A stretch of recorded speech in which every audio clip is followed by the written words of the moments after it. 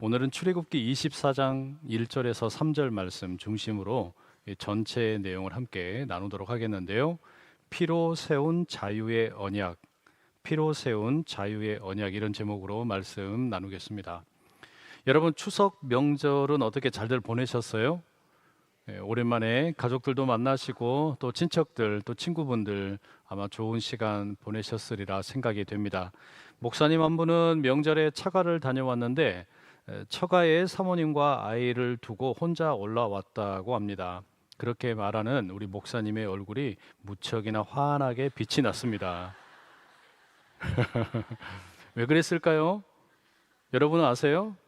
아마 잠시 동안 홀로 자유를 만끽할 수 있다는 그런 기쁨의 표현이 아니었을까 짐작만 해봅니다. 성도 여러분, 우리가 읽고 있는 이 출애굽기의 여러 주제 중에 하나가 자유입니다. 자유의 사전적인 의미는 남에게 구속을 받거나 무엇에 얽매이지 않고 자기 뜻에 따라 행동하는 것입니다. 그래서 우리 시대는 자유를 하고 싶은 대로 하는 것이다 생각을 해요. 우리도 그런 자유를 꿈꿀 때가 참 많이 있죠. 하지만 하나님께서 이스라엘에게 주신 자유는 단순히 억압에서 벗어나는 해방이 아니었습니다. 하나님께서는 이스라엘을 이집트의 종살이에서 끌어내셨지만 그들을 아무런 주인도 없는 방종의 상태로 버려두지는 않으셨습니다. 성경이 우리에게 일관되게 가르치는 자유라고 하는 것은 무엇으로부터의 자유뿐만 아니라 무엇을 위한 자유 역시 포함을 하고 있습니다. 그래서 하나님께서 이스라엘에게 주신 자유는 하나님을 예배하고 순종하는 자유, 하나님이 기뻐하시는 일을 기쁨으로 행할 수 있는 능력이다 말할 수 있습니다. 다시 말하면 출애굽기의 최종 목적은 주님을 섬기는 겁니다. 하나님께서 불타는 떨기나무 가운데 모세를 부르셨을 때 3장 12절에 이렇게 말씀하세요. 내가 반드시 너와 함께 있으리라. 네가 그 백성을 애굽에서 인도하여 낸 후에 너희가 이 산에서 하나님을 섬기리니 이것이 내가 너를 보낸 증거니라.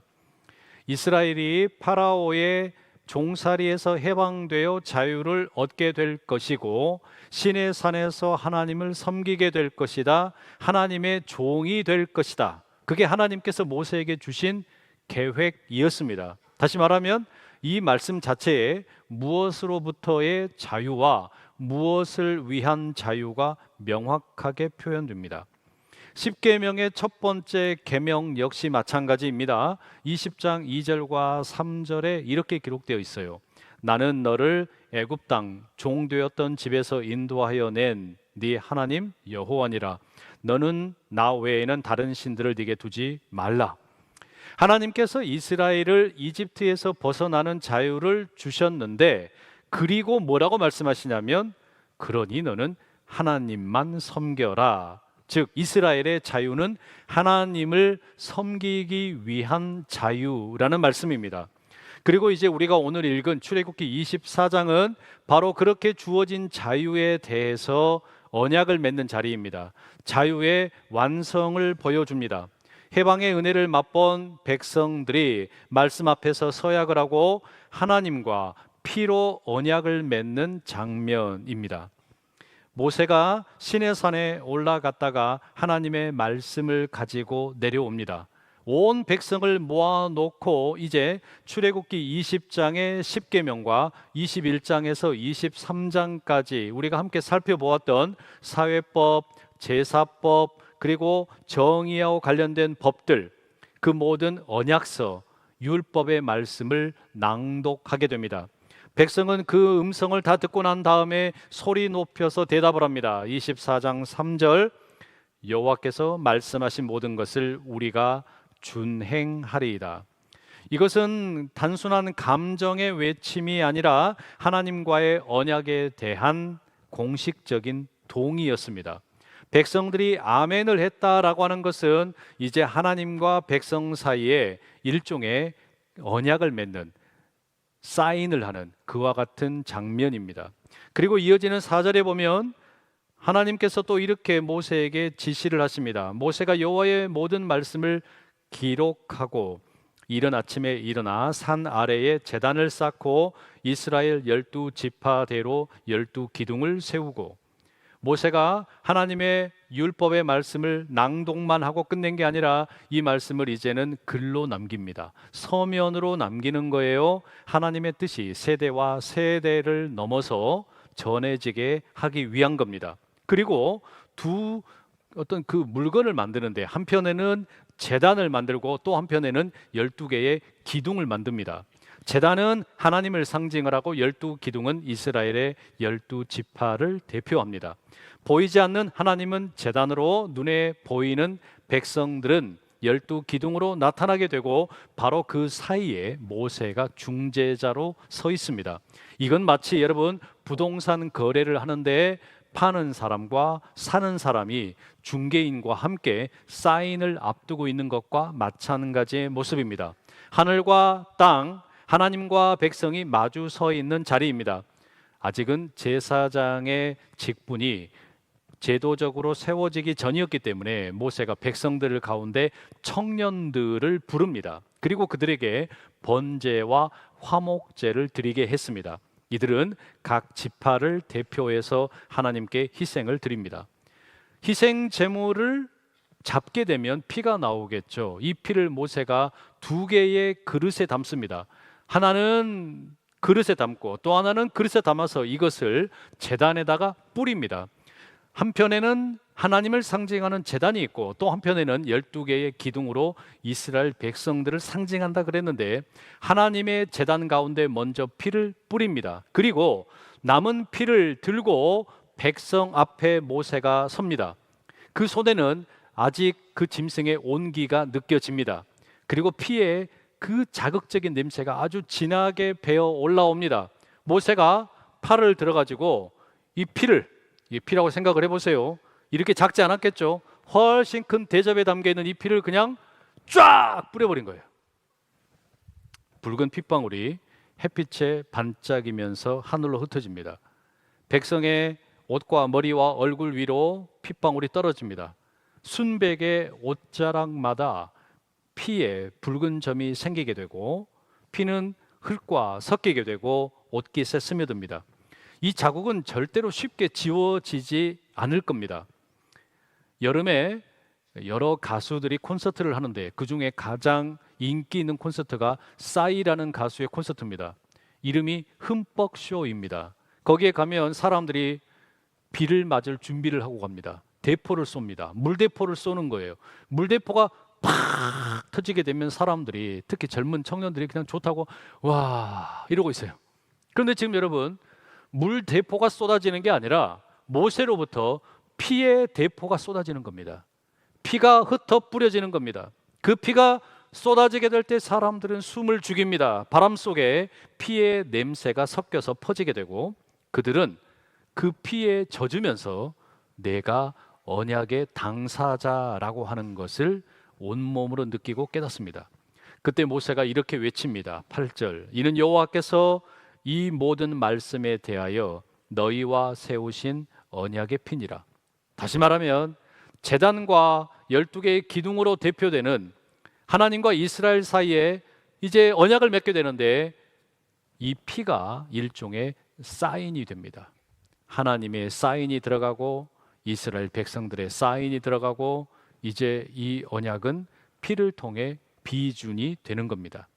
하늘과 땅 사이에 붉은 흔적이 남습니다. 하나님은 그 피를 보고 언약을 기억하시고, 백성은 그 피를 느끼면서 우리가 주님의 백성입니다 고백합니다. 피는 죽음의 냄새가 아니라 이때만큼은 하나님께서 우리와 함께 하시는구나 라고 하는 것을 깨닫게 되는 표요, 은혜의 향기입니다. 그런데 여기서 여러분, 우리는 인간의 순종이 얼마나 연약한가라는 것을 깨달아야 합니다. 백성들이 하나님께서 주신 율법에 대해 피로 언약을 맺고 순종을 하겠다라고 서약을 했지만, 이 언약이 얼마나 자주 쉽게 깨어지는지 모릅니다. 실제로 아론의 아들인 나답과 아비후는 하나님에게 가까이 나아가는 특권을 누렸습니다. 그러나 후에 불순종하여 그 자리에서 심판을 받아 죽습니다. 엄중한 피의 경고가 있었지만 사람은 자기 힘으로 하나님과의 언약을 지킬 수 없다라는 것을 고백할 수밖에 없어요. 그래서 우리는 결국에 우리의 결심이나 힘이나 노력이 아니라 완전하신 한 분의 순종으로만 서 있을 수 있다라는 것을 이 장면을 통해 깨닫게 됩니다. 다시 이 본문으로 돌아가서 보면요, 1절과 2절에 이렇게 기록되어 있어요. 또 모세에게 이르시되 너는 아론과 나답과 아비후와 이스라엘 장로 70명과 함께 여호와께로 올라와 거기서 멀리서 경배하고 너 모세만 여호와께 가까이 나오고 그들은 가까이 나오지 말며 백성은 너와 함께 올라오지 말지니라. 하나님과 이스라엘 사이에 이 피를 통해서 언약을 맺는 순간에 시내산이 이제 단순한 산이 아니라 하나님의 성소가 됩니다. 하나님의 임재가 내려오면서 이 산 전체가 거룩한 영역으로 바뀌게 됩니다. 방금 읽어드렸던 이 1절과 2절의 말씀은 시내산을 세 개의 구역으로 나눕니다. 맨 꼭대기 정상에는 하나님과 모세만 머물고 중턱에는 장로들이 머물고 산 아래에는 이스라엘 백성들이 있습니다. 이 구조는 훗날에 완성될 성막의 모형입니다. 성막에는 지성소와 성소 그리고 바깥들로 구성이 되어 있습니다. 하나님의 임재가 중앙에 위치하고 백성들이 그 주위를 둘러싸는 구조입니다. 하나님께서는 지금 이 시내산을 하늘의 성소로 삼으시고 움직이는 이동식 하늘로 삼으셨습니다. 하늘의 하나님께서 이 피의 언약을 통해 인간들이 살고 있는 우리들의 세계 속으로 잠시 내려오신 겁니다. 그래서 이렇게 말할 수 있어요. 피의 언약을 통해 관계가 열렸다면 시내산의 구조는 그 관계의 공간을 보여줍니다. 하나님께서는 이제 더 이상 멀리 계시는 분이 아니라 이스라엘과 언약을 맺으시고 그들의 백성들의 무리 가운데 머무르기 시작을 하십니다. 게다가 더 놀라운 말씀이 11절에 이렇게 기록되어 있습니다. 함께 읽어보시겠습니다. 시작. 하나님이 이스라엘 자손들의 존귀한 자들에게 손을 대지 아니하셨고 그들은 하나님을 뵙고 먹고 마셨더라. 하나님이 임재하시는 공간이 된 그 시내산 가운데 하나님께서는 이스라엘의 대표들에 대해서 손을 대지 않으셨어요. 하나님의 거룩한 공간에 누군가가 침범하게 되면 죽는다고 말씀하셨었는데 이때만큼은 하나님께서 그들을 살리시면서 손을 대지 않으시면서 오히려 뭐라고 말씀하시냐? 그들을 하나님의 식탁으로 초청을 하십니다. 그래서 이들이 하나님과 더불어서 하나님을 뵙고 먹고 마셨습니다. 죽음을 각오해야 하는 자리가 오히려 식사의 자리로 바뀝니다. 하나님께서 그들을 죽이지 아니하시고 자신의 임재 속으로 들어오게 하십니다.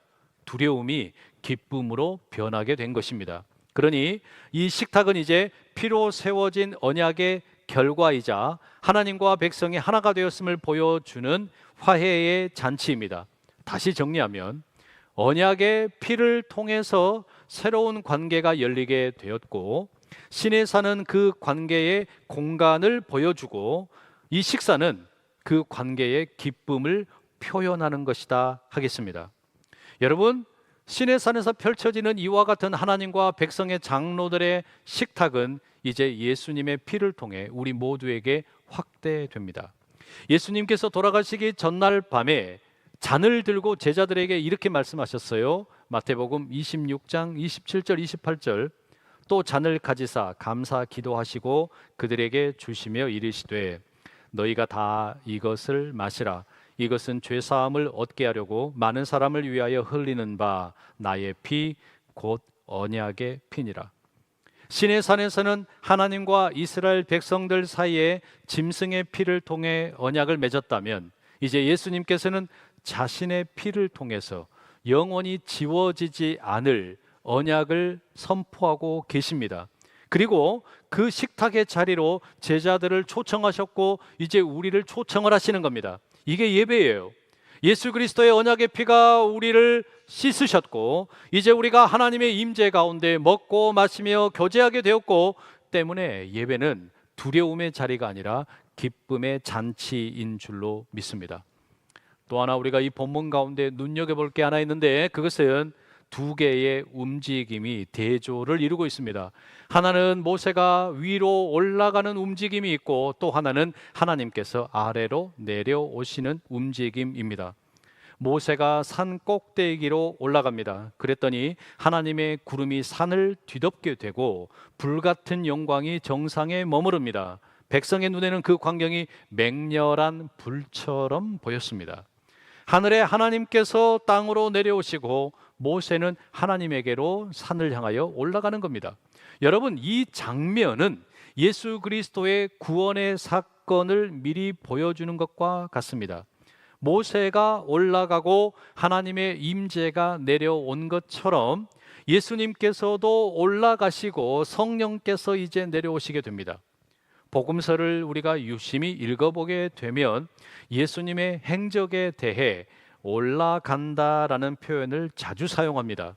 예수님께서 예루살렘으로 올라가시고 골고다로 올라가시고 십자가에 달려 올라가시고 죽음에서 생명으로 올라가시고 감람산으로 올라가시고 하늘로 올라가셨다라고 기록을 합니다.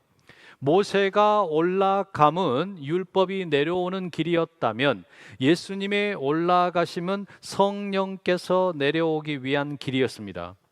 하나님께서 친히 늘 내려오셨는데 이제는 예수님을 통해 저와 여러분이 하나님께로 올라갈 수 있게 되었습니다.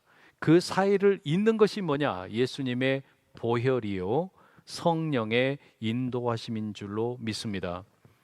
모세는 하나님께서 주신 율법이 담긴 돌판을 손에 들고 내려왔는데 예수님께서는 이제 십자가의 보혈과 부활의 생명을 성령으로 우리에게 내려보내 주십니다. 모세 시대에는 율법이 돌에 새겨졌다면 성령의 시대에는 율법이 하나님의 사람들의 마음판에 새겨지게 됩니다. 하나님은 이제 더 이상 외부의 명령으로 우리를 다스리시는 게 아니라 우리의 내면의 사랑의 음성으로 통치하기 시작을 하시는 겁니다. 이처럼 여러분, 출애굽기의 신의 산과 사도행전의 오순절 성령 강림은 여러 면에서 닮아 있습니다. 출애굽기의 메아리라는 책에서는 이런 내용을 담고 있어요. 율법은 유월절 후 약 7주 후에 이스라엘에게 주어졌고 성령은 십자가 후 약 7주 후에 교회에 주어졌습니다. 기름 부음 받은 지도자는 올라갔고 신성한 임재가 내려옵니다. 눈에 보이는 물리적인 표징들이 있습니다. 천둥과 나팔 소리이든 강력한 급한 바람이든 하늘로부터 큰 소리가 나고 불로 하나님이 임하십니다. 하나님의 백성을 규정하는 선물, 처음에는 율법이, 다음에는 성령이 주어집니다. 백성은 왕과 제사장으로 임명되고 성막과 성전이 세워집니다. 새로운 언약이 시작되었습니다. 여러분, 신의 산의 불은 두려움의 불이었지만 사도행전 오순절의 불은 사랑과 능력의 불이었습니다. 그 성령의 불이 오늘 저와 여러분 가운데 거하고 있는 줄로 믿습니다. 더 이상 우리는 이제 높은 곳에 올라가서 하나님을 만나는 것이 아닙니다. 성령께서 내려오셨기 때문에 하나님의 임재가 지금 우리 안에 거하고 있습니다. 따라서 우리의 삶이 작은 신의 산입니다. 기도하는 자리마다, 예배하는 순간마다 성령의 불이 임합니다. 하나님은 더 이상 멀리 계시는 분이 아니라 우리 안에, 우리 곁에 함께하고 계십니다. 뜨거운 성령의 불이 우리 모두가 예배하는 시간마다, 예배하는 장소마다 임하기를 간절히 축복합니다. 성도 여러분, 예배하실 때마다 그 성령님을 사모하고 그 성령님을 환영하고 성령께서 일하시는 역사를 기대하며 나아가는 예배자 되시기를 축복합니다. 여러분, 그렇다면 우리가 이와 같은 성령의 불과 임재 속에 살아가는 새로운 자유를 얻게 되었다면 우리가 어떻게 살아야 하겠습니까? 사회학자인 닐 포스트먼이 1985년에 발표한 죽도록 즐기기라는 책이 있습니다. 영어 원제가 Amusing Ourselves to Death라고 되어 있는데 이게 우리말로도 번역이 되어 있어요. 이 책의 서문에서 저자는 조지 오웰의 1984라고 하는 책과 올더스 헉슬리의 멋진 신세계라는 두 책을 비교합니다. 조지 오웰의 1984는 공산주의와 같은 전체주의 정부에 의해서 개인의 권리가 빼앗기고 감시와 억압 속에 사는 세상을 그리고 있습니다. 이와 대조적으로 헉슬리의 멋진 신세계라는 책은 내부의 쾌락과 편안함과 즐거움의 노예 상태를 그려주고 있습니다. 닐 포스트먼은 현대인들의 사는 모습을 보니까 외부에서 개인의 권리를 빼앗는 것보다는 사람들 스스로가 쾌락에 빠져서 자기 권리를 포기하는 올더스 헉슬리의 예측이 가깝다라고 평가합니다. 그래서 이 죽도록 즐기기라고 하는 책의 핵심 전제가 뭐냐면 형식이 내용을 배제한다. Form excludes the content라는 거예요. 이게 풀어서 설명하면 이런 이야기입니다. 특정한 매체는 특정 수준의 사상만을 담고 있다는 이야기예요. 예를 들어 볼게요. 1985년의 상황을 기준으로 보면 책과 텔레비전은 담고 있는 정보의 수준과 내용이 완전히 다릅니다.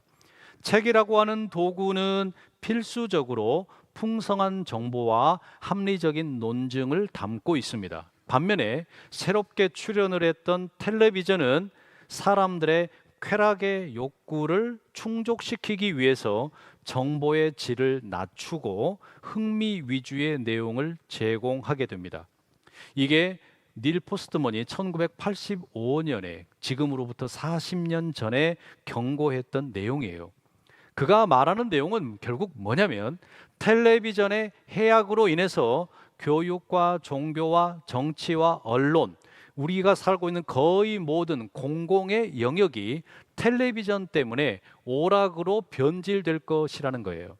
교육도 오락이 되고 종교도 오락이 되고 정치도 오락이 되고 언론도 오락이 될 것이다라는 경고를 40년 전에 보냈습니다. 텔레비전을 사람들이 시청을 하면서 정보 과식증에 걸리는데 그러면서 사람들은 진짜로 중요한 게 뭔지를 구별하지 못합니다. 그 속에서 자기가 뭘 잃어버렸는지도 몰라요. 오로지 텔레비전을 보면서 즐기기만 합니다. 오락에 빠져서 쾌락이 주는 그 즐거움에 완전히 중독이 되는 겁니다. 그래서 이 닐 포스트먼이 책의 결론으로 뭐라고 말하냐면 미래의 인간은 채찍이 없어도 스스로 즐거움에 묶여서 살 것이다 라고 말합니다. 그래서 책 제목이 죽도록 즐기기예요. 현대인들은 그렇게 자기 스스로를 죽을 때까지 즐기면서 벗어나지 못한다는 이야기입니다. 40년이 지나서 2025년이 되었습니다. 아무리 봐도 1985년보다 우리는 훨씬 더 심하게 죽도록 즐기는 일에 몰두하고 있는 것 같습니다. 우리는 감옥의 철창에 갇혀 있는 게 아니라 스마트폰 화면 속에 살아가고 있습니다. 책에서 텔레비전으로, 텔레비전에서 스마트폰으로, 스마트폰 안에서도 유튜브의 쇼츠 속에 중독이 됩니다. 훨씬 더 담겨 있는 정보는 자극적이고 편리하고 중독성이 강한 내용뿐입니다. 결국에 여러분, 사람들은 자유롭기 때문에 내 마음대로 모든 것을 누리며 살 수 있을 거라고 생각을 했지만 가만 보니까 우리는 쾌락이라고 하는 것에 사로잡혀서 즐거움의 노예가 되어서 거기서 벗어나지를 못하는 겁니다. 그리고 우리는 정보와 자극, 성취와 비교 속에 묶여 있습니다. 더 빨리, 더 많이, 더 완벽해야 한다는 압박이 우리를 보이지 않는 감옥 속에 가두고 있다라는 말입니다. 한국 사회는 생산성과 경쟁으로 돌아갑니다. 회사에서는 실적이 우상이 되고 학교에서는 성적이 우상이 되고 가정에서도 비교의 일이 끊이지 않습니다. 사람의 가치를 그런 것들이 결정하는 거예요. 우리는 언젠가부터 쉼을 잃어버렸고 관계 대신에 성과를 선택을 하고 결국 자기가 만들어 놓은 시스템의 노예가 되어서 흘러갑니다. 지금 우리는 이제 인공지능의 시대, AI의 시대 속으로 들어가고 있는데 앞으로 또 어떤 일이 벌어지게 될지 우리가 분별의 능력을 얻지 못하면 여전히 우리는 헉슬리가 말하는 이 쾌락의 폭정 상태에 머물러서 내면의 속박 상태를 결단코 벗어나지 못할 겁니다. 예수님께서는 바로 그런 우리들의 연약함을 너무 잘 아시는 겁니다. 하나님께서는 그런 우리를 너무나 잘 아시는 거예요. 그래서 뭐라고 말씀하시는 겁니까?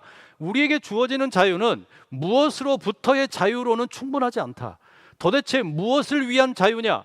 우리에게 주어지는 자유는 하나님을 섬기는 자유가 되어야 된다는 거예요. 그래서 예수님께서는 요한복음 8장 34절에서 36절 이렇게 말씀하셨습니다. 진실로 진실로 너희에게 이르노니 죄를 범하는 자마다 죄의 종이라.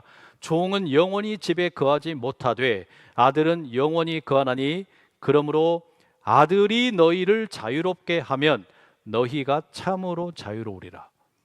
아들이 너희를 자유롭게 하면 너희가 참으로 자유로우리라. 하나님의 아들이신 예수님께서 우리를 자유롭게 할 때에 그때 비로소 우리를 묶고 있던 모든 사슬이 끊어지고 진정한 하나님을 예배하는 순종의 기쁨을 누리는 그 자유인이 되는 줄로 믿습니다. 여러분의 겉모습을 보시고 여러분의 마음을 들여다보십시오. 이미 여러분 가운데에는 예수 그리스도의 보혈의 피가 뿌려져 있습니다. 지금 당장 보이지 않는 것 같지만 누구도 지울 수 없는 보혈의 흔적이 있습니다. 바로 그 피가 우리를 붙들고 있는 모든 사슬을 끊어낼 것이고 진정한 자유를 주셔서 성령의 능력을 힘입어 하나님의 종으로서 하나님만 섬기는 순종의 자유를 이끌어 가시는 줄로 믿습니다. 하지 못하는 죄의 종이 아니라 할 수 있는 은혜의 사람이 되는 겁니다. 우리는 거기에서 진정한 자유를 발견해요. 내 마음대로, 내 뜻대로의 자유가 아니라 주님의 뜻대로 기꺼이 순종하는 자유, 그 자유 속에 온전히 들어갈 수 있기를 간절히 축복합니다.